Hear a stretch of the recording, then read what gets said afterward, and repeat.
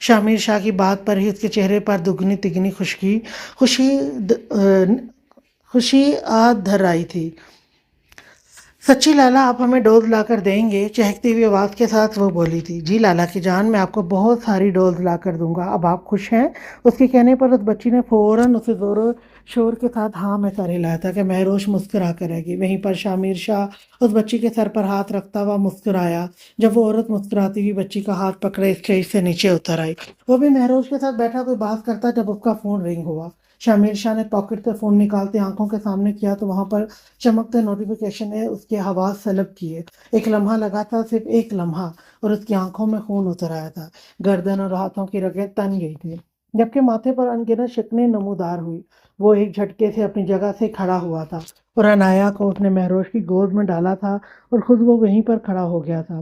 اس وقت مہروش کے علاوہ محراب اور رافض کی جانب متوجہ ہوئے تھے۔ لالا جان، کیا ہوا ہے؟ اپنی جگہ سے اٹھتا ہوا وہ جلدی سے شامیر شاہ کی جانب بڑھتے ہوئے بولا تھا، اور دھنک جو اس کے ساتھ ہی بیٹھی ہوئی تھی گردن گھما کر اس نے بھی اس کی جانب دیکھا، جبکہ رافع بھی پریشانی سے اس کی جانب دیکھ رہا تھا۔ فرال کڈنیپ ہو گئی ہے، گویا ان کے سروں پر اس ہال کی چھت گری تھی۔ معروف کے ساتھ ساتھ دھنک بھی اپنی جگہ سے کھڑی ہوئی تو وہاں بیٹھے ہال میں داجی لوگوں کو بھی کچھ غلط ہونے کا احساس ہوا، اور ابھی ان میں سے کوئی کچھ کہتا جب ہریش شاہ تقریباً بھاگنے کے انداز سے اسٹیج پر چڑھا تھا۔ چہرے پر چھائے ہوئے تاثرات سے اندازہ لگانا مشکل نہ تھا، یہ سبھی خبر پہنچ گئی تھی۔ یہ سب کیسے ہوا، یہ سوچنے کا ٹائم ہرگز نہیں ہے۔ محراب اور رافع، تم دونوں گھر کی خواتین کو لے کر یہاں سے سیفلی حویلی پہنچو، اور زیادہ کسی کو کچھ بتانے کی ضرورت نہیں ہے۔ اور رافع، تم، گڑیا کی ذمہ داری تمہاری ہے، اسے ہینڈل کیسے کرنا ہے یہ تم پر ہے، کیونکہ وہ سب سے زیادہ تم پر یقین کرتی ہے۔ ہریش اور میں جا رہے ہیں، تم لوگ بھی کنیکٹ میں رہو۔ روشی جان، آپ نے پریشان نہیں ہونا اور پرنسپل کا خیال رکھنا ہے، میں جلدی آ جاؤں گا۔ ان سب کو سب کچھ سمجھاتے ہوئے اپنے پیچھے کھڑی ہوئی مہروش کی جانب مڑا تھا اور اس کے سر پر ہلکا سا ہاتھ رکھتے اس نے جھکتے ہوئے عنایا کے ماتھے پر بھی لب رکھے تھے، اور پھر ہریش کو وہاں سے لیے وہ بنا کسی اور کو کچھ بتائے نکلتا چلا گیا۔ کیا ہوا ہے محراب؟ رافع پتر، یہ ہریش اور شاہ کدھر گئے ہیں؟ داجی اسٹیج پر چڑھتا ہوا پریشان کن انداز میں بولا تھا۔ اس کے ساتھ ہی باقی سب بھی موجود تھے، جن میں دلاج فاطمہ بھی شامل تھی۔ داجی، کچھ چھوٹا سا مسئلہ ہو گیا تو لالا لوگ ادھر گئے ہیں، اب ہمیں بھی یہاں سے نکلنا چاہیے۔ رافع فوراً سے بولا تھا اور ان کو تھوڑا بہت سمجھایا تھا، لیکن غلطی سے بھی دلاج کے سامنے فرال کا ذکر نہیں کیا تھا، اور پھر کچھ ہی دیر میں سب گیسٹ سے معذرت کرتے وہ اپنی فیملی کو لیے وہاں سے نکلے تھے۔ دیدا جان کدھر ہے؟ وہ نہیں نظر آ رہی مجھے۔ دلاج فاطمہ مہروش اور عنایا کے ساتھ پیچھے بیٹھی تھی، جبکہ رافع نے ڈرائیونگ سیٹ سنبھالی۔ باقی سب بھی اپنی اپنی گاڑی میں وہاں سے نکلے تھے۔ دلاج فاطمہ کے کہنے پر مہروش کے ساتھ ساتھ رافع کا چہرہ بھی سفید پڑا تھا۔ وہ محراب لوگوں کے ساتھ دوسری گاڑی میں ہے، ہمیں نکلنا چاہیے۔ تو اسٹیئرنگ پر ہاتھ رکھے وہ اپنی گاڑی کو وہاں سے بھگا لے گیا، جبکہ دلاج فاطمہ کا دل تیزی سے دھڑک رہا تھا۔ اسے کچھ غلط ہونے کا احساس شدت سے ہو رہا تھا، لیکن رافع کی بات پر یقین کرتی وہ چپ ہو کر سیٹ سے ٹیک لگائے بیٹھ گئی تھی۔ رافع نے ایک نظر میرر سے ہی اس کی جانب دیکھا تھا اور دوبارہ اس کے چہرے پر نگاہ نہ پڑ سکی۔ بھاری ہوتے سر کے ساتھ اس نے انتہائی مشکل سے اپنی آنکھیں کھولنے کی کوشش کی تھی، لیکن اسے آج اپنی پلکیں اتنی بوجھل لگ رہی تھی کہ آنکھیں کھلنے کا نام ہی نہیں لے رہی تھی۔ بمشکل ہی آنکھیں کھولتے اس نے اپنے حواسوں کو بیدار کرنے کی کوشش کی تھی، تو اندھیرے میں ڈوبے کمرے نے اس کا استعمال کیا تھا۔ کچھ بولنے کے لیے اس نے لب وا کیے تو اسے ایک قسم کا جھٹکا لگا تھا جب اسے معلوم ہوا کہ اس کے ہونٹوں پر ٹیپ لگی ہوئی تھی۔ ذہن میں جماکے ہوئے خود کو اس نے رسیوں سے بندھا ہوا محسوس کیا۔ فرال کی آنکھیں آخری حد تک پھیلی، آنکھیں بند کرتے اس نے خود کو یقین دلایا کہ وہ کڈنیپ ہو گئی تھی۔ ارحم لغاری نے آخرکار اسے کڈنیپ کر لیا تھا۔ وہ بچے کا ہاتھ پکڑے اسی جانب گئی تھی جہاں وہ بچہ اسے لے کر جا رہا تھا۔ ہال کی بیک سائڈ پر آتے اس نے ادھر ادھر دیکھا، لیکن وہاں سنسان جگہ کے علاوہ کچھ بھی نہیں تھا۔ جب وہ بچہ فوراً سے اس کا ہاتھ چھڑواتا ہوا وہاں سے بھاگتا ہوا دوسری جانب بڑھا تھا کہ فرال مصطفیٰ خان نے حیرانگی سے اس کی جانب دیکھا تھا۔ ابھی وہ سمجھنے کی کوشش کرتی یا کچھ کہتی جب اسے سامنے ہی ارحم لغاری نظر آیا تھا۔ ہاں، وہی تھا جس نے اس کے سامنے وریشہ قریشی کو خون میں لت پت کیا تھا، وہی تھا جس نے اس ویڈیو میں بھی اس آدھا چہرہ دیکھا تھا، وہی شخص جس کی وجہ سے وہ اپنے ہی گھر سے بے دخل شامیر شاہ کی حویلی میں رہ رہی تھی۔ ارحم اس بچے کو کچھ کہتا اس کی جانب بڑھا تھا اور فرال اسے اپنی جانب بڑھتے دیکھ ابھی اپنے قدم پیچھے لیتی جب وہ 2 قدموں میں اس تک پہنچتا، اپنی پاکٹ سے رومال نکالتا اس کے منہ پر رکھ گیا تھا، اور یہ سب اتنی اچانک ہوا تھا کہ فرال کچھ سمجھ ہی نہ پائی۔ اپنے چہرے پر رکھے اس کے رومال کو محسوس کرتے اس نے اپنے دونوں ہاتھوں سے اس کے ہاتھوں کو ہٹانا چاہا تھا، لیکن 1 منٹ بعد اپنی مزاحمت رک گئی اور ہوش و حواس سے بھی بیگانہ ہوتی اس کی ہی باہوں میں جھول گئی تھی۔ ارحم نے مسکراتے چہرے کے ساتھ اس کے خوبصورت سے چہرے کی جانب دیکھا تھا، جس کے اوپر اس کے اسٹریٹ بال گر گئے تھے۔ ارحم لغاری نے ہاتھ بڑھاتے ان بالوں کو ہٹایا تھا جب ان کے پاس ہی کوئی گاڑی رکی تھی، جس پر ارحم نے فرال کو گاڑی میں ڈالتے ڈرائیور کو جلدی سے چلنے کا اشارہ کیا تھا، اور کچھ ہی دیر بعد وہاں پھر سے خاموشی چھا گئی، جیسے وہاں کچھ ہوا ہی نہیں۔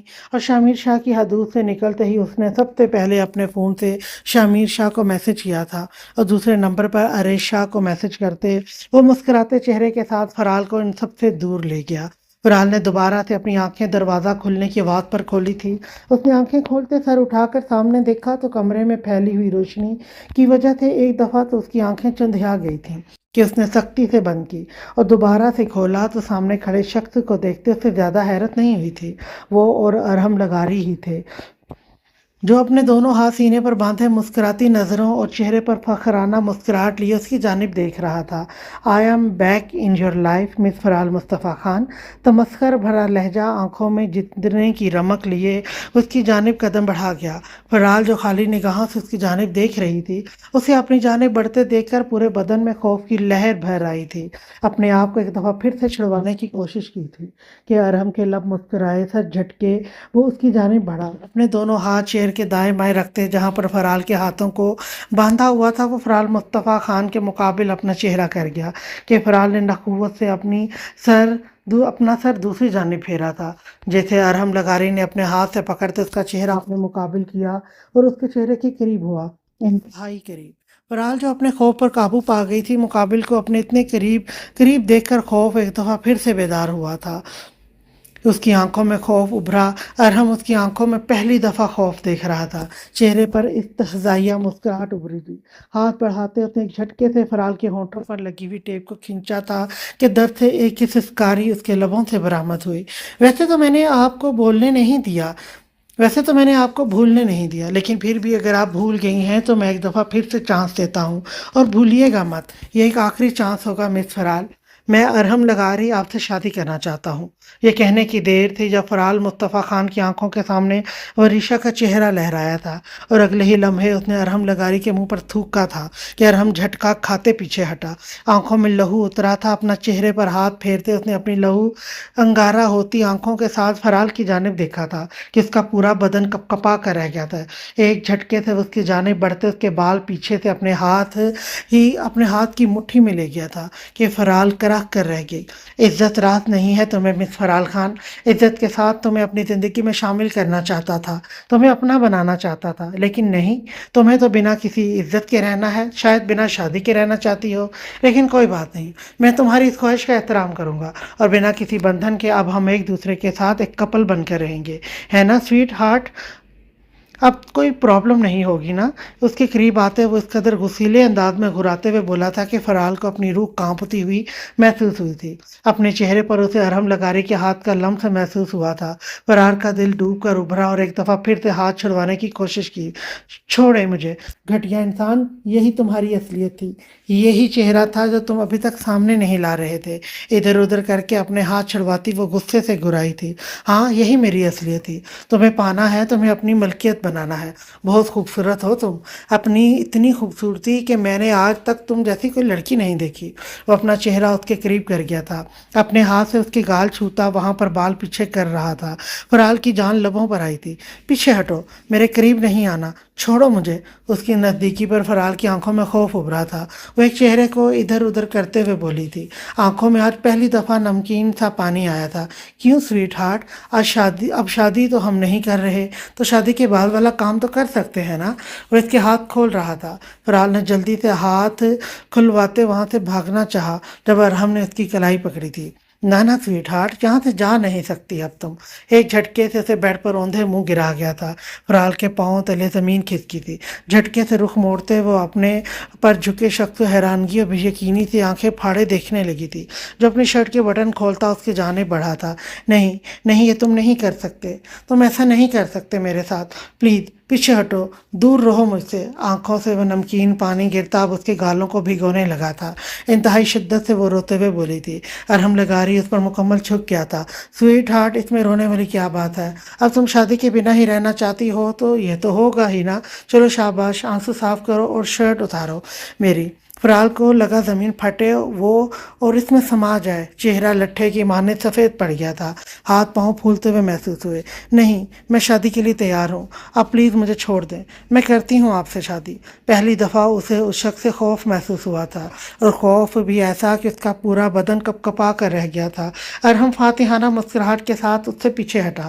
ویسے تو مجھے تمہارے ساتھ شادی کے بغیر رہنے پہ بھی کوئی پرابلم نہیں ہے، اور تم نے اپنا آخری چانس بھی گنوا دیا ہے، لیکن چونکہ تم میری محبت ہو تو میں ایک دفعہ اور تمہاری بات سنتا ہوں۔ ابھی تمہیں ایک لڑکی ڈریس وغیرہ دے جائے گی جسے چپ چاپ تم پہن لینا۔ میں چلتا ہوں۔ اپنی شرٹ کے بٹن دوبارہ سے بند کرتا وہ وہاں سے نکلا تھا، اور فرال وہیں بے حس و حرکت لیٹی ہوئی تھی۔ دل کی رفتار اسے مدھم پڑتی ہوئی سنائی دے رہی تھی، آنکھوں سے آنسوں کی لڑیاں نکلتی ہوئی بالوں میں جذب ہونے لگی تھی۔ اپنی گاڑی وہ خطرناک حد تک تیز بگائے جا رہا تھا، آنکھوں میں اس قدر سرخی تھی کہ کوئی اس وقت اس ارے شاہ کو دیکھ لیتا تو ضرور بے ہوش ہو جاتا۔ اسٹیئرنگ پر رکھے ہوئے ہاتھوں میں واضح ابری ہوئی وینز نظر آ رہی تھی، ماتھے اور گردن کی بھی رگیں پھولی ہوئی تھی۔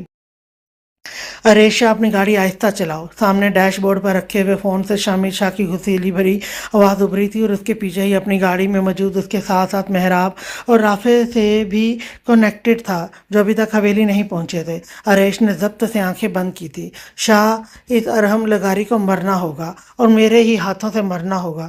تم میرے اور اس کے بیچ میں نہیں آؤ گے۔ برف کی مانند ٹھنڈا لہجہ پوری گاڑی میں گونجا تھا۔ گاڑی کی سپیڈ اس نے اور بڑھائی تھی۔ شامر شاہ کے ماتھے پر بل نمودار ہوئے۔ اگر تم نے گاڑی سلو نہیں کی تو میں تمہیں ابھی اور اسی وقت یہاں سے واپس بھیج دوں گا، سمجھے تم؟ اس کا لہجہ اریشا سے زیادہ سخت تھا۔ اریشا نے فوراً سے اپنا پاؤں بریک پر رکھا تو گاڑی ایک جھٹکے سے رکی تھی۔ آنکھیں بند کرتے اس نے گہری سانس لی، اور جب شامر شاہ بھی اپنی گاڑی سے نکل تو اس کی گاڑی کی جانب بڑھا تھا۔ ڈرائیونگ سیٹ کا دروازہ کھولتے اس نے اریش کے ہاتھ کو پکڑتے ایک جھٹکے سے باہر نکالا اور دوبارہ سے اپنی گاڑی کی جانب بڑھا۔ گاڑی کی پیسنجر سیٹ پر اریش کو دھکیلتے وہ اپنی سیٹ میں آ کر بیٹھتے گاڑی کو دوبارہ سے آگے بڑھا گیا تھا، جبکہ اس کے ساتھ اس کے گارڈز کی گاڑیاں بھی ان کے ساتھ ہی بڑھی تھی۔ کیسے ڈھونڈیں گے ہم اسے؟ بے بس سی آواز گونجی تھی۔ آنکھیں بند کرتے اس نے خود کو کمپوز کیا تھا۔ دل کی دھڑکنیں کسی کو کھونے کے خوف سے بڑھی ہوئی تھیں۔ شامر شاہ نے گہری نظروں سے اس کی جانب دیکھا۔ یہ پکڑو اور لوکیشن ٹریس کر کے بتاؤ، فون اس کی جانب بڑھاتے وہ بولا تھا۔ اریشا نے چونکتے ہوئے اس کی جانب دیکھا اور جلدی سے اس کے ہاتھ سے فون پکڑا تھا۔ یہ کس کی لوکیشن ہے؟ فون میں موجود نظر آتی لوکیشن کو دیکھتے وہ چمبے سے بولا تھا، انداز میں واضح بے چینی تھی۔ فرال کی، یک لفظی جواب تھا۔ اریشا نے حیرانگی سے اس کی جانب دیکھا تھا۔ شامر شاہ نے اپنی بارات والے دن اسے اور دلاج فاطمہ کو ایک انتہائی خوبصورت بریسلٹ دیا تھا، جس میں اس نے چھوٹا سا ٹریسر فٹ کروایا تھا، اور آج شامر شاہ نے وہی ٹریسر کو اپنے فون پر ایکٹیو کیا تھا۔ اریشا سکتے کی حالت میں تھا، اور لوکیشن کے ٹریس ہوتے ہی ان کی گاڑی ہواؤں میں باتیں کرتی ہوئی وہاں سے نکلی تھی۔ بی بی جی، یہ آپ کے کپڑے وغیرہ میں رکھ کر جا رہی ہوں، جب جلدی سے پہن لیں۔ صاحب جی کہہ رہے ہیں 10 منٹ ہیں آپ کے پاس۔ ایک عورت روم میں داخل ہوتی، ہاتھ میں پکڑے ہوئے کپڑے وغیرہ وہیں ایک طرف موجود ٹیبل پر رکھتی، ایک نظر بہتے ہی بے حس و حرکت پڑی فرال کو دیکھتے وہ عورت اسے کہتی وہاں سے نکلی تھی، اور اس کے جاتے فرال کے وجود میں ہلچل ہوئی تھی۔ وہ ایک جھٹکے سے بیٹھ سے اٹھی تھی اور ادھر ادھر نگاہیں دہرائی تھی، اور اسے کچھ ہی دیر میں وہاں فروٹس کے پاس پڑا ہوا چاقو نظر آیا تھا۔ فرال کا دماغ تیزی سے چلنے لگا تھا۔ وہ یہاں سے نہیں نکل سکتی تھی، اتنا اسے پتا تھا، اور اب تک تو شامیر ادا کا ولیمہ بھی نہیں ہوا ہونا کہ انہیں فرال کی موجودگی کا احساس ہوتا۔ انہیں بھی ابھی پتہ نہیں چلا ہوگا، اور اگر چل بھی گیا تو وہ یہاں اتنی جلدی نہیں پہنچنے والے تھے۔ اسے تو پتہ بھی نہیں تھا کہ وہ اس وقت ہی کہاں، جگہ کون سی ہے۔ اس گھٹیا نیچ انسان سے شادی بھی وہ مرتے دم تک نہیں کر سکتی۔ تو سب سے پہلے جو اس کے دماغ میں چیز آئی تھی وہ جھٹکے سے اپنی جگہ سے اٹھی تھی، اور آہستہ سے قدم بڑھاتے وہ اس ٹیبل کی جانب بڑھی جہاں پر فروٹس کے ساتھ چاقو بھی رکھا ہوا تھا۔ فرال نے جلدی سے اس چاقو کے ہاتھ میں پکڑا اور دوبارہ سے بیڈ کی جانب بڑھی۔ بیڈ پر بیٹھتے ہوئے انتظار کرنے لگی تھی۔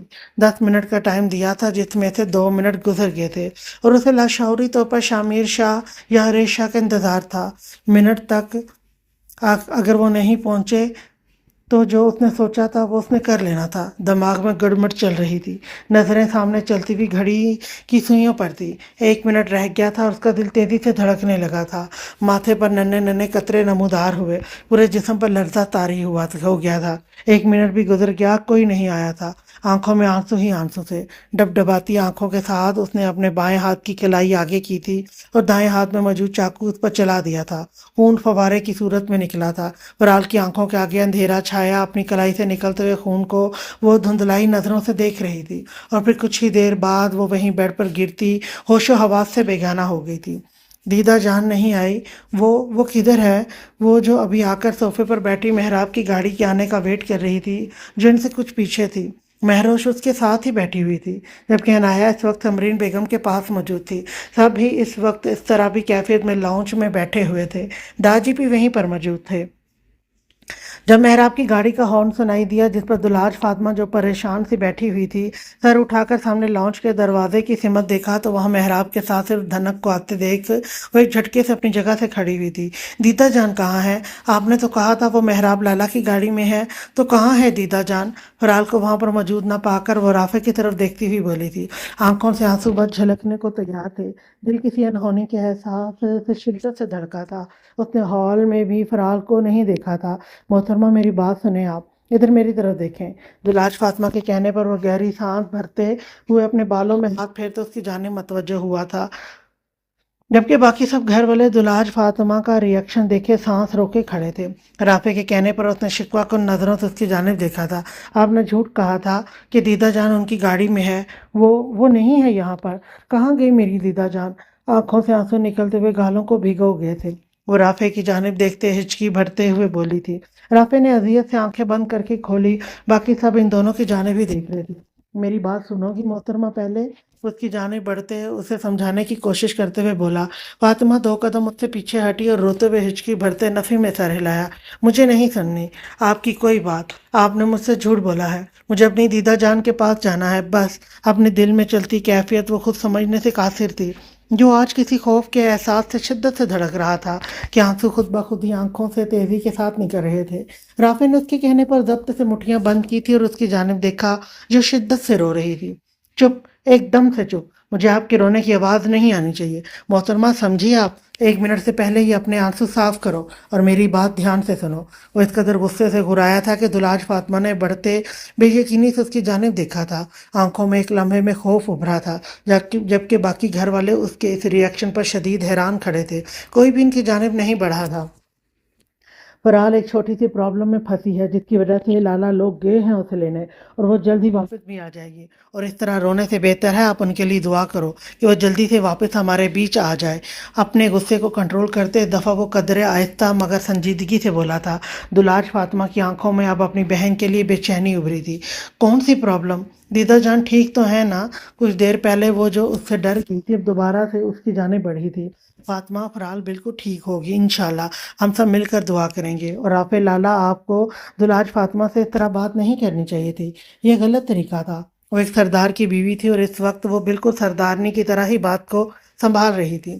دلاج فاطمہ کو اپنے گلے لگائے وہ رافع سے مخاطب ہوئی تھی، جس پر وہ فوراً سے شرمندگی سے اپنا سر جھکا گیا تھا، اور دلاج فاطمہ کو ایک اور بہانہ مل گیا تھا رونے کو۔ سوری بھابھی محترمہ، سر جھکائے وہ اپنی شاید غلطی کا اعتراف کر گیا تھا۔ مہروش نے اسے گھورا تھا۔ مجھے لگتا ہے بدتمیزی آپ نے میرے ساتھ نہیں فاطمہ کے ساتھ کی ہے، تو معافی بھی اسی سے مانگنی چاہیے۔ شاید وہ دلاج فاطمہ کا دھیان بھٹکانا چاہ رہی تھی۔ رافع نے اپنا سر کھجایا، جبکہ باقی سب اب تھوڑا سا پرسکون ہوئے تھے۔ سوری محترمہ، آہستہ سے مدھم آواز کے ساتھ بولا تھا۔ کچھ دیر پہلے والا رافع اب غائب ہو گیا تھا۔ دلاج فاطمہ نے اس کی سوری پر شکوہ کی نظروں سے اس کی جانب دیکھتے سر جھکاتے اپنے آنسو پیے تھے۔ چلو، ہم تمہاری سوری کو ڈیسائیڈ کرنے کے بعد ایکسیپٹ کرتے ہیں۔ دلاج فاطمہ، تم چلو میرے ساتھ کمرے میں تمہارے لیے کھانا لے کر آتی ہوں، مہروش ہلکے پھلکے انداز میں کہتی اسے لیے اپنے روم کی چاندی بھی بڑھی تھی۔ اس نے سب سے پہلے اپنا ہیوی ڈریس، جولری وغیرہ اتارنی تھی جو اس نے اس وقت پہنی ہوئی تھی، جبکہ دلاج فاطمہ سر جھکائے اس کے ساتھ ہی اس کے روم کی جانب بڑھ گئی تھی۔ دل ابھی تک فرال کے لیے بہت تیزی سے دھڑک رہا تھا، جبکہ اس کے پیچھے باقی سب ابھی تک پریشان سی کیفیت میں وہیں لاؤنج کے صوفوں پر بیٹھے تھے۔ محراب ان سب کو بیٹھے دیکھ کر دھنک کا ہاتھ پکڑتا اسے لیے اپنے روم کی جانب جانے بڑھا تھا جو فرال کے لیے انتہائی فکر مند لگ رہی تھی۔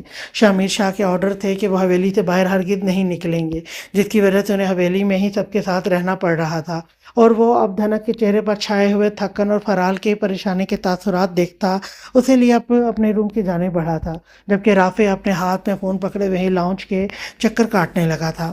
اس نے روم کا دروازہ کھولا تو سامنے فرال کو ابھی تک بیڈ پر ہی لیٹے دیکھ کر ارم لگاری کے ماتھے پر ان گنت بل نمودار ہوئے تھے۔ وہ جھٹکے سے روم کا دروازہ بند کر گیا تھا اور اس کی جانب بڑھا تھا۔ میں نے تمہیں 10 منٹ کا ٹائم دیا تھا، لیکن شاید تمہیں میری بات سمجھ میں نہیں آئی۔ اب جو میں کروں گا اس کے لیے بھی تم تیار رہنا۔ اس کی جانب بڑھتے ہوئے انتہائی سخت اور سرد انداز میں بولا تھا اور بیڈ کے دوسری جانب آیا تھا، لیکن سامنے بیڈ کے قریب ہی گرے خون کے قطرے دیکھتا ارم لگاری ایک لمحے کے لیے ٹھٹکا تھا۔ آنکھیں حیرت سے پھٹی تھی۔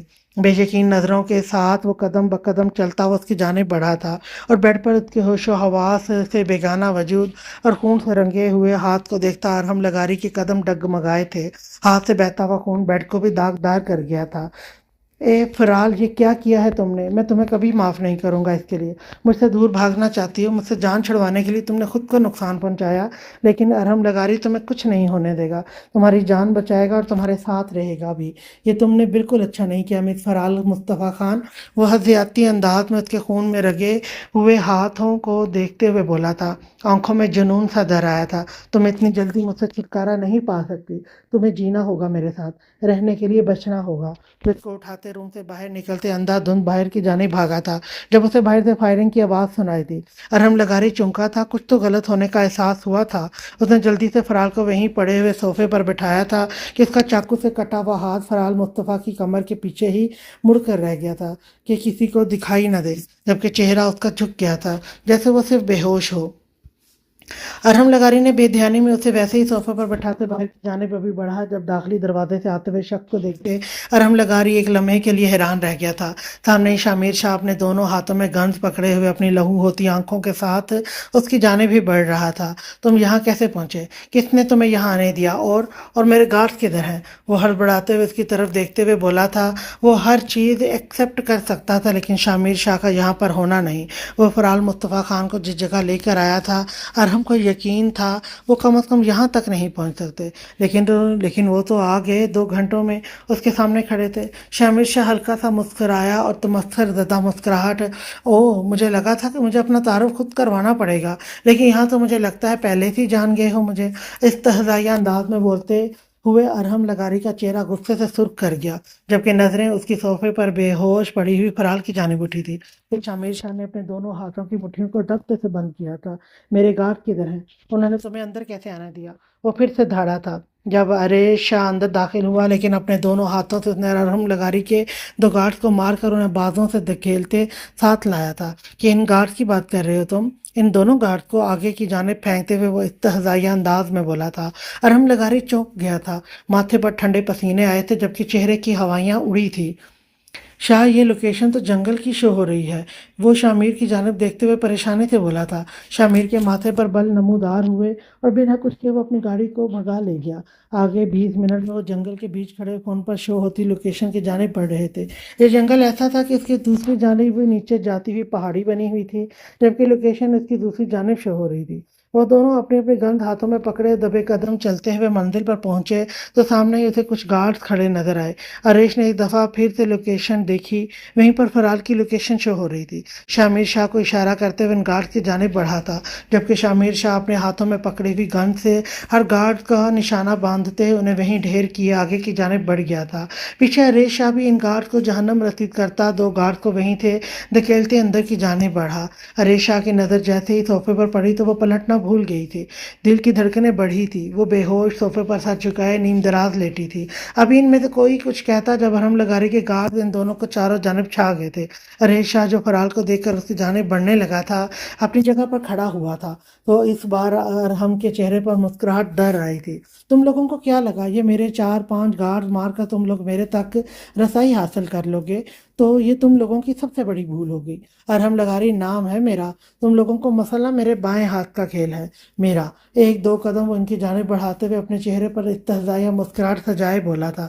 شامیر شاہ مسکرایا اور ایک جھٹکے سے اپنے سامنے کھڑے ہوئے آدمی کے پیٹ میں ٹانگ رسید کرتے ہوئے ان کے ساتھ ہی 2 اور کے چہرے پر مکے مارتا انہیں زمین بوس کر گیا۔ اور اس کے ساتھ ہی اریش نے بھی ایکشن لیا تھا، اپنے سامنے کھڑے ہوئے کو اس نے بھی شامر کی طرح ہی مارتے زمین بوس کیا تھا کہ ارحم لگاری کے چہرے پر ایک دفعہ پھر سے مسکراہٹ سمٹی تھی۔ اریش تم فرال کے پاس جاؤ، میں سنبھالتا ہوں اسے۔ شامر شاہ کے کہنے پر وہ بھی جلدی سے ہاں میں سر ہلاتا فرال کی جانب بڑھا۔ فرال آنکھیں کھولو اپنی، دیکھو میں آ گیا ہوں، آنکھیں کھولو۔ بے چینی سے اس کا گال تھپ تھپاتے ہوئے ابھی کچھ بولتا اور جب نظر اچانک اس کی کمر کے پیچھے پڑے ہوئے خون سے رنگے ہوئے ہاتھ پر گئی تھی۔ اریش شاہ کی آنکھیں بے یقینی سے پھٹی تھی، قدم ڈگمگائے تھے۔ انتہائی بے یقینی کی حالت میں اس نے اس کا بازو کمر کے پیچھے سے نکالتے آنکھوں کے سامنے کیا تھا تو ایک لمحے کے لیے اسے اپنا سانس رکتا ہوا محسوس ہوا۔ جلدی سے ہوش میں آتے سفید پڑتے چہرے کے ساتھ اس نے فرال کی نبض ٹولتے اسے چیک کیا تھا، جو انتہائی آہستہ چل رہی تھی کہ اسے خود اپنے دل کی دھڑکنیں سست پڑتی ہوئی معلوم ہوئی۔ فرال آنکھیں کھولو، تمہیں کچھ نہیں ہوگا، پلیز آنکھیں کھولو۔ اس کا گال تھپ تھپاتے بے قراری سے دیوانہ وار چلایا تھا۔ اپنے ارد گرد سب کچھ رکتا ہوا محسوس ہوا کہ پھر وہ بنا کسی چیز کی دیری کیے فرال کا ہوش و حواس سے بیگانہ وجود اپنی باہوں میں اٹھائے وہ باہر کی جانب اندھا دھند بھاگا تھا۔ جب شامیر شاہ جو ارحم لگاری کے گھاٹ سے نپٹ رہا تھا، جب نظریں اچانک اریش شاہ کے اونچا چیخنے پر اس کی جانب اٹھی تھی اور اس کی باہوں میں موجود فرال اور فرال سے ہوتی ہوئی اس کے بازو پر گئی تھی، شامیر شاہ کے چہرے پر سایہ لہرایا۔ فرال مصطفیٰ خان کا ہوش و حواس سے بیگانہ وجود اپنی باہوں میں اٹھائے وہ باہر کی جانب بھاگا تھا۔ اسے کسی چیز کا ہوش نہیں رہا تھا، اس کی گاڑی کہاں تھی، وہ کس جانب بھاگ رہا تھا، اسے کچھ خبر نہیں تھی۔ پتہ تھا تو صرف اتنا کہ اس کی باہوں میں موجود لڑکی کو کچھ نہیں ہونا چاہیے۔ جنگل میں ہلکا ہلکا اندھیرا چھا رہا تھا اور وہ دوسری سمت بھاگ رہا تھا، جبکہ اس کے پیچھے ارحم لگاری اس کے کچھ گارڈ بھی نکلے تھے۔ فرحال اپنی آنکھیں کھولو، دیکھو میں تمہیں کچھ نہیں ہونے دوں گا، پلیز ایک دفعہ اپنی آنکھیں کھولو، دیکھو میں آ گیا ہوں نا، تمہیں کچھ نہیں ہوگا، تمہیں کچھ نہیں ہوگا۔ اسے لگا اس کی آنکھوں میں نمی سی در آئی تھی۔ فرحال ایک نظر وہ حضیاتی انداز میں چیختے ہوئے بولا تھا جس کے دونوں ہاتھ نیچے کی جانب لٹک رہے تھے، جبکہ ریشا نے اسے دونوں بازوؤں میں تھاما ہوا تھا۔ اگر تم جہاں پر نہیں رکے تو میں گولی چلا دوں گا۔ اسے اپنے پیچھے ارحم لگاری کی آواز سنائی دی تھی، لیکن وہ کچھ سننا نہیں چاہتا تھا، اسے اپنی زندگی بچانی تھی۔ جب اسے رکتے نہ دیکھ ارحم لگاری نے انتہائی غصے سے اپنے گارڈ کے ہاتھ سے ایک پسٹل لیتے اریش شاہ پر نشانہ باندھا تھا۔ میں کہہ رہا ہوں رک جاؤ، تم فرال خان کو کہیں نہیں لے کر جا سکتے، اسے ارحم لگاری کا بننا ہے، اور اگر تم نہیں رکے تو میں گولی چلا دوں گا۔ وہ ایک دفعہ پھر سے دھاڑا تھا اور اریش شاہ کے قدم رک بھی گئے تھے، لیکن ارحم لگاری کی وجہ سے نہیں، سامنے ہی دور دور تک کچھ نہیں تھا اور وہ فرال کے وجود کو اپنی باہوں میں پکڑے پہاڑی کی چوٹی پر کھڑا تھا۔ اریش شاہ کی آنکھوں میں سرخی در آئی تھی، وہیں پر ارحم لگاری کے ہونٹوں پر استہزائیہ مسکراہٹ در آئی تھی۔ اریش شاہ نے رخ موڑتے پیچھے دیکھا جہاں ارحم اس پر گن کا نشانہ باندھے کھڑا تھا۔ اریش نے دوبارہ سے گردن موڑتے سامنے دیکھا تھا اور پھر وہ بنا کچھ اور سوچے پہاڑی سے نیچے کود گیا تھا، اور اسے ایسا کرتے دیکھ ارحم لگاری نے ایک سیکنڈ سے پہلے اپنی گولی چلائی تھی جو اریش شاہ کی کمر سے اوپر کندھے پر لگی تھی، اور وہ فرال کو ویسے ہی پکڑتے بل کھاتے پہاڑی سے نیچے گرا تھا۔ ڈھونڈو انہیں، مجھے وہ ہر قیمت پر چاہیے۔ ارحم لگاری اپنے آدمیوں پر چلاتے ہوئے اسی سمت پہاڑی سے نیچے کی جانب اترنے لگے تھے جب ایک اور گولی کی آواز بھی گونجی تھی جو شامیر شاہ نے ارحم لگاری کی ٹانگ پر رسید کی تھی کہ وہ وہیں اپنی جگہ پر جھٹکا کھاتے رکا تھا۔ آنکھیں تکلیف کی شدت سے سرخ پڑی تھی۔ شامیر شاہ اندر موجود سب گارڈز کو زمین بوس کرتے ابھی باہر آیا تھا جب اس نے اریش شاہ کو نیچے گرتے ہوئے دیکھا تھا تو ہاتھ میں پکڑی پسٹل کو اس نے بنا سوچے سمجھے ارحم لگاری پر چلائی تھی کہ وہ وہیں پر اپنی جگہ تھما تھا۔ گولی اس کی ٹانگ پر لگی تھی۔ کلمہ پڑھ لو ارحم لگاری، کیا پتہ جنت میں چلے جاؤ۔ شامیر شاہ انتہائی ضبط سے سرخ ہوتی آنکھوں کے ساتھ ارحم لگاری کو کہتا ابھی ایک اور گولی چلاتا جب ارحم لگاری فوراً سے اسی پہاڑی سے نیچے کی جانب چھپ گیا تھا۔ شامیر شاہ نے غصے سے پسٹل کو زمین بوس کرتے چیخا تھا، چھوڑوں گا نہیں میں تمہیں۔ شامیر شاہ جلدی سے اپنی گاڑی کی جانب بڑھا تھا، اسے جلد از جلد اریش شاہ کے پاس پہنچنا تھا جو پتہ نہیں کس حال میں تھا۔ آج کے لیے اتنا ہی، نیکسٹ ایپیسوڈ لے کر میں پھر آؤں گی، تب تک کے لیے اللہ حافظ۔